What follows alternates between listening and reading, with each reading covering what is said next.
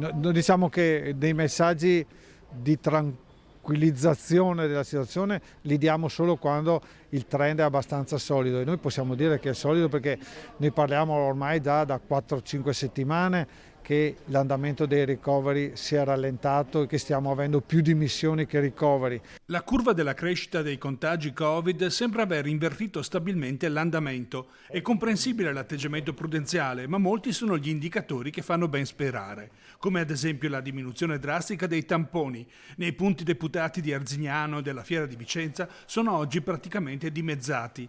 La partita dei vaccini è iniziata bene, concluso il trattamento del personale sanitario, in fase di completamento quello delle residenze per anziani, per la nota carenza dei vaccini. Siamo al 70% di ospiti ed operatori. Da ultimo la terapia intensiva si è dimezzata nelle sue presenze Covid, quindi sono dati abbastanza solidi, non sono dati di qualche giorno.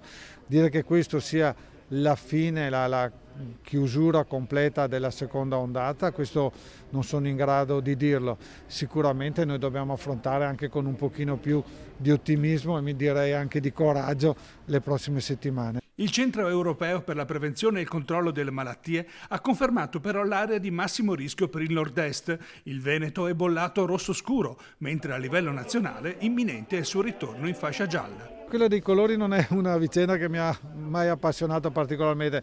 Io sono preoccupato dell'andamento dell'ospedale, degli ospedali e dell'andamento dei contagi dei nostri cittadini quando vengono isolati. Mi pare che abbiamo segnali per dire che stiamo migliorando.